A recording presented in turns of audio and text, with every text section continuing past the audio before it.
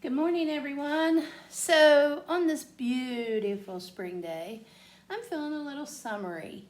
And if you've never painted with me before, I'm a very whimsical painter. You can tell by my wall behind my painting here, or my canvas, that I love just whimsy. I love art. Today we're going to be doing a fun watermelon slice. This is great for all ages from 5 to 99 and beyond. Of course, the kids will need help with getting the watermelon slice drawn on by their parents or whatever. But this is just a really fun, quick painting, and I'm just trying to get back in the swing of doing some YouTube tutorials and some painting tutorials, and just like I said, getting back in the swing of things. I've been, COVID kind of sucked it out of me, so I'm ready to get started again. On our palette, I want to kind of tilt this up here, a Caribbean blue, a basic, like a Christmas green or a darker green, a white, a black, a medium yellow, and a medium red. These are acrylics. This is a 11 by 14 canvas. By all means, you can do any size canvas you want. We are using 3 brush sizes today. I'm using a 3/4 inch to a 1 inch flat. I'm using about a 8 to a 10 round, and then a number 2. You can use a 1 to a 2 round or liner.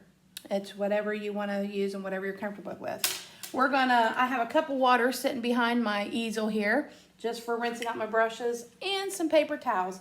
Not a lot of supplies for this. So I hope you can follow through. I have a piece of chalk here, and I chose green only because when I draw on my watermelon slice, I've kind of drawn the outer part of the rind, and then where the transition of the rind and the meat or the red of the watermelon starts. So I just did this as a guideline so I can do my background first. Okay, so we're gonna get started. I'm going to go into a little bit of water in my cup, and I'm going to pick up some of that Caribbean blue and some white on my brush, and we're going to follow. If it starts to run on you, just catch those runs, and I'm going to follow the shape of that watermelon rind. I'm going to scrub, scrub, scrub, and I've only picked up paint one time. When you get enough water in your brush, and again, if it starts to run on you, catch it. It'll be all right. There's no wrong or right way to do this.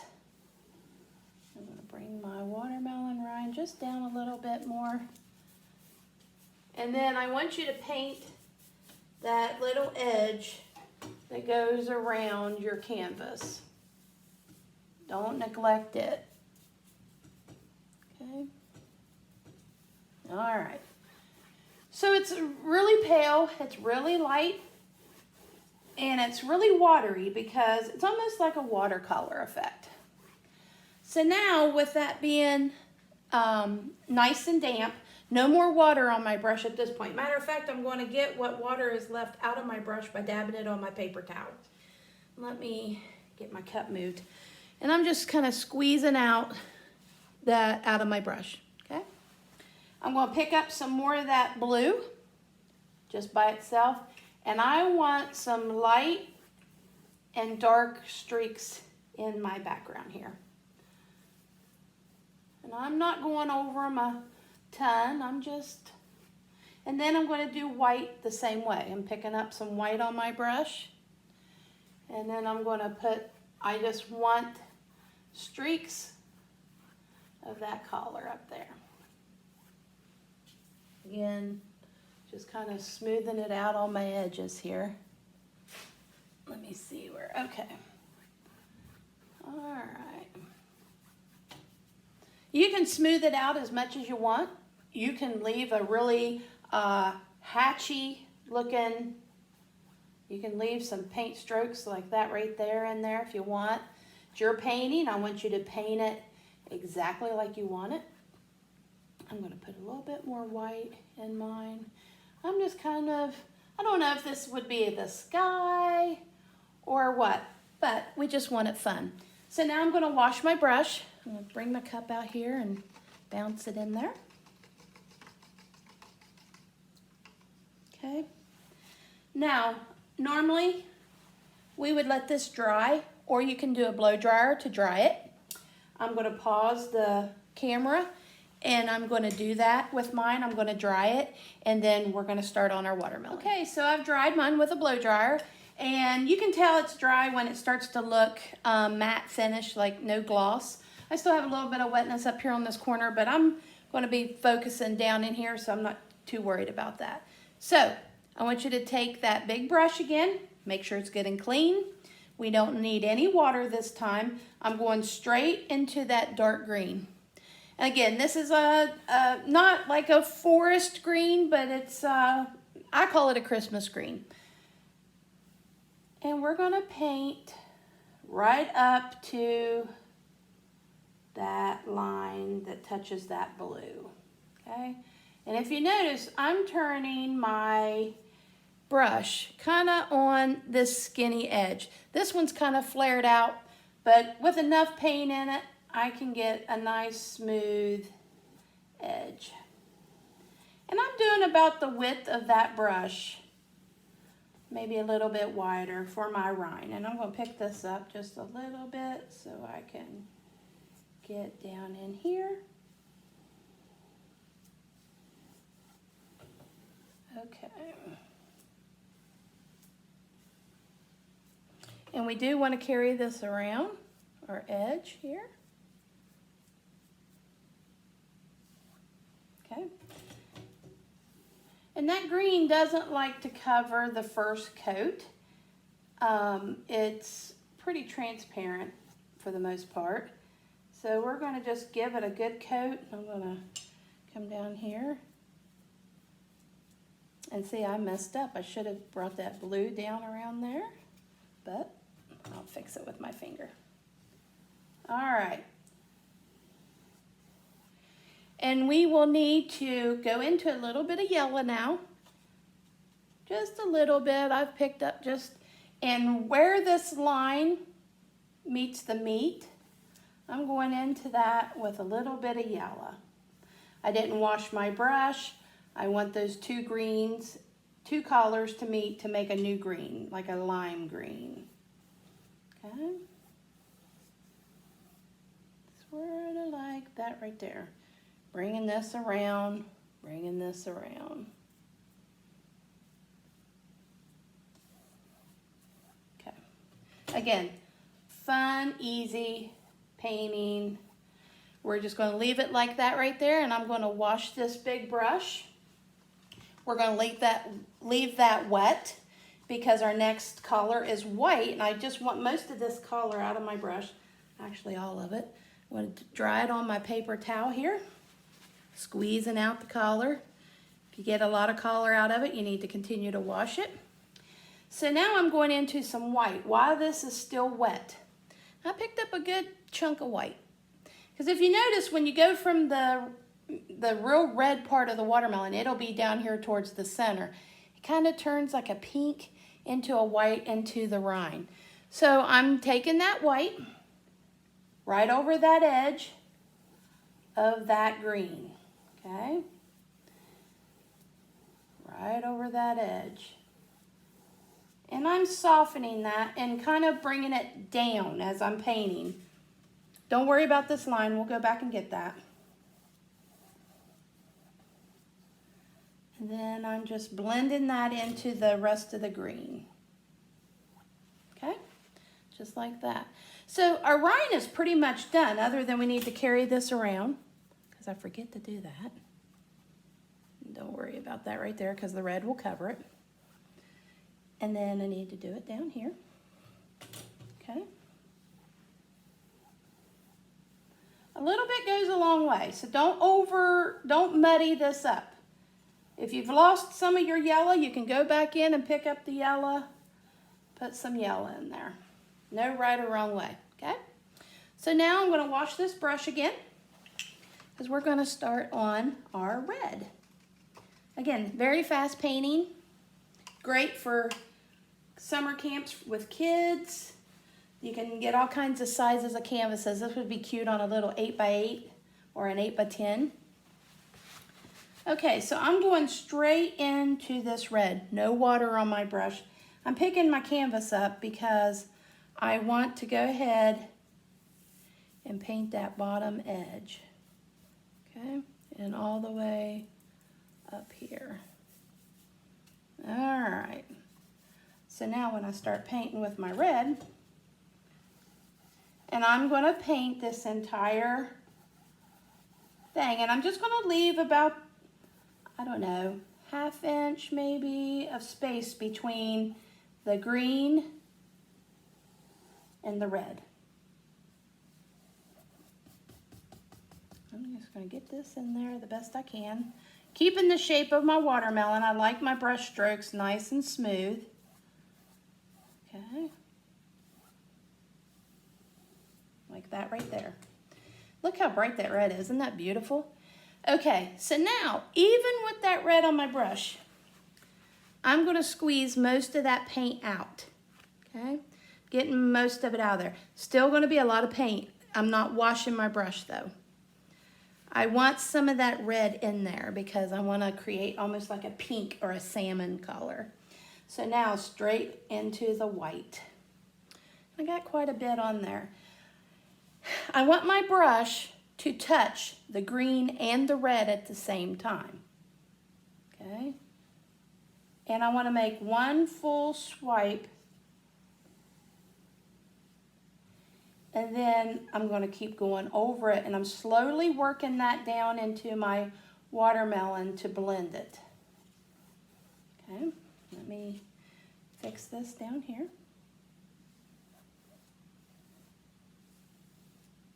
Couple passes there. So now we have a nice transition of red to pink. Okay, and we just need to transfer that across the bottom and on the side. Okay. Now, this is where we wash our brush because we're going to get that line between the light green and the pink. We're going to feather that out or soften that. I've washed my brush. I've got it good and clean. Folding up my paper towel, squeezing out any of that. Okay. I'm picking up just very little white. Look, I just barely tipped my brush in white. Doesn't take a lot of paint for this. I'm going right on that line between the two colors. Now this should still be damp, and that's why we can do this. And then I'm just going to carry that white. And look at that transition. That fast, that easy. Washing my brush one more time. And now I'm going to pause the camera, dry this with a blow dryer, and then I'll be back. Okay, my watermelon is dry. I'm going to take that medium brush, that medium round. It can be a 6, an 8, a 10, somewhere around there. And I'm going to take some of this darker green, and I'm just picking up a little bit right on the tip of my brush. And we all know that watermelons have almost a pattern. A lot of them do. And all I'm doing is right around this outer edge, just doing some, just like when we cut it, you get a little bit of that pattern on the rind, just on the edge. We don't want to carry this down too far. We just want to give the illusion that we see a pattern into that watermelon, okay?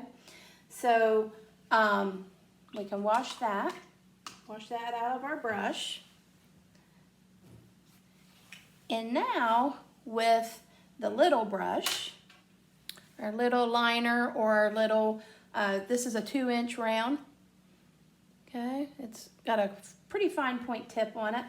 I'm going to pick up just a little bit of black, and I'm just going to start putting in some seeds. Now, I'm just pressing the tip against my watermelon. It automatically makes the seeds for me. I don't have to do anything. I don't have to paint individual seeds. Don't go too far up into the pink. Okay? Now I want you to wash that, dry it onto your paper towel, and I'm going to pick up a little smidge of white on the tip of that and barely touch some of those seeds just to make them look like they're wet or shining.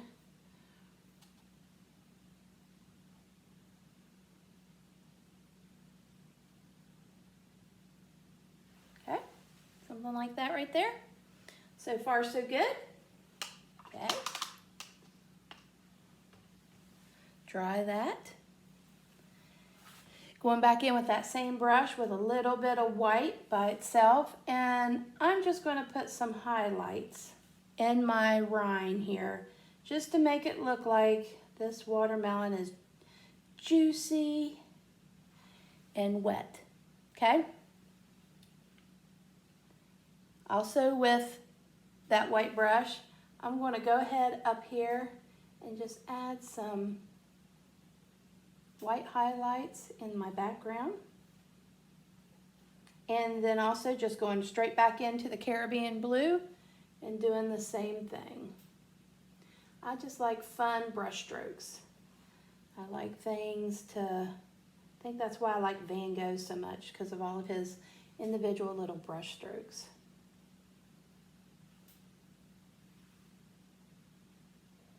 Now this is your painting. You can put words up here. It'd be cute, like farm fresh, 5 cents, or something, you know, welcome summer or whatever. I'm going to let you all decide what you do there. I'm not going to put any words in mine today, but I am having some fun with these little brush strokes. I'm going to pick up a little bit more white on that and do more. I think I like it right there. Okay, and I'm going to grab a marker and sign. Well, actually, I'll just use my little brush here. I'm going to thin out some black though on my plate. I couldn't grab my marker in time, so I'm going to sign this Mando with my heart that I always sign. All right, there it is. I hope y'all try this. Enjoy this. It's fast, so fast. I think kids will enjoy it, and it'd be great for senior citizens, groups, just a mom's night in group, anything like that. And try it at home. Try it. You can do this on a piece of wood. You can do this on a platter. A wooden platter would be cute. Anything like that. So I hope you try it and enjoy. And thanks for watching Mando Studio. Bye-bye.